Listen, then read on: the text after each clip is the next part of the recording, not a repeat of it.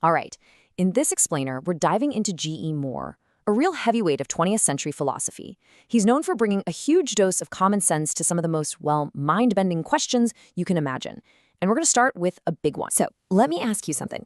How would you prove, right now, that the world outside of your own head is actually real? It's a question that has tied philosophers in knots for centuries. And G.E. Moore's answer was, let's just say, shockingly simple. Yep, that's it. In a famous lecture in 1939, Moore literally just held up one hand, then the other, and said that this was a totally rigorous proof that an external world exists. And I bet you're thinking, that's it? And that's exactly the puzzle. Why would one of the sharpest philosophical minds of his time offer a proof that a toddler could come up with? To get what's going on with the hands, you really have to get the man behind them. G.E. Moore was a major player at Cambridge University. He was part of this legendary trio with Bertrand Russell and Ludwig Wittgenstein, and together they totally changed the game for modern philosophy. He was famous for his, let's call it, a genial ferocity in an argument, and his number one target was the philosophy that everyone else was into at the time. And wow, what a career! He gets a fellowship at Cambridge way back in 1898. He publishes his huge work on ethics in 1903, and he's a full professor by 1925. But here's the key thing to notice. That famous hand-waving proof, it comes in 1939, at the very end of his career. So this wasn't some youthful stunt. It was the grand finale of a lifetime spent pushing back against the philosophical establishment. Okay, so that brings us back to the scene of the crime, right? Moore, standing there, hands up in front of the British Academy. It seems so absurd, but for him, this was a perfectly sound, logical demonstration. Let's break down exactly how he saw it. Moore was insistent. He said his argument checked all the boxes for a rigorous proof. Step 1, he holds up his hand and says, "Here is one hand. This is a premise he knows with absolute certainty." Step 2, he holds up the other one and says, "And here is another, also completely certain." So step 3, the conclusion just follows. Therefore, at least two things outside of my mind exist. For Moore, the simple, undeniable certainty of what he could see and feel was way, way stronger than any fancy abstract argument trying to tell him otherwise. But here's the crucial bit that people often miss. Moore wasn't trying to prove he wasn't dreaming or in the Matrix or something. He actually admitted his proof wouldn't convince that kind of skeptic. His target was totally different. He was making a claim about what reality is, that things like hands, actual objects external to our consciousness, really, truly exist. So why was proving this so important to him? Why all the drama about a hand?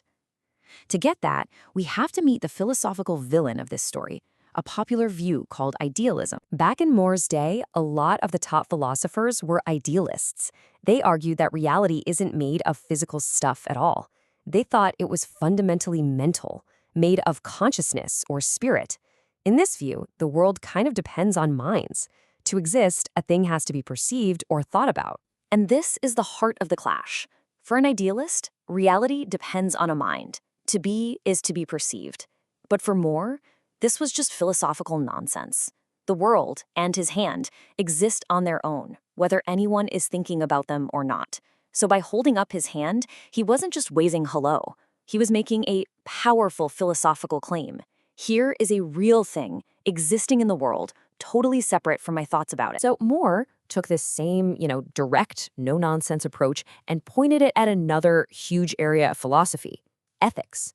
He wasn't just obsessed with what was real, he also wanted to get to the bottom of what was good. And here's another one of those deceptively simple questions. We use the word good every single day, but what does it actually mean? Can you define it? Go on. Try it. It's a lot harder than you think. Moore argued that basically any attempt to define good ends up making a mistake he called the naturalistic fallacy. People say good just means pleasurable, or what people want, or what's more evolved. Moore says, nope, that's a fallacy. Because you can always ask, yeah, but is pleasure itself always good? The fact that the question even makes sense proves that good and pleasure aren't the exact same thing. He had this great analogy to make his point crystal clear. How would you define the color yellow to someone who was born blind? You can't, right? You can't describe it with other words. All you can do is point to a lemon and say, that is yellow. Moore argued that the concept of good is exactly the same.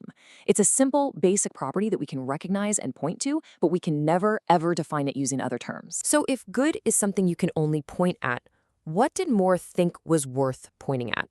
Well, for him, the highest goods, the things with intrinsic value, were the pleasures you get from friendship and from the appreciation of beauty.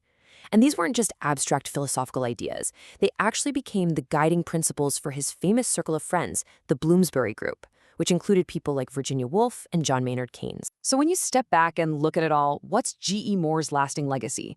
It's not some grand, all-encompassing system of philosophy.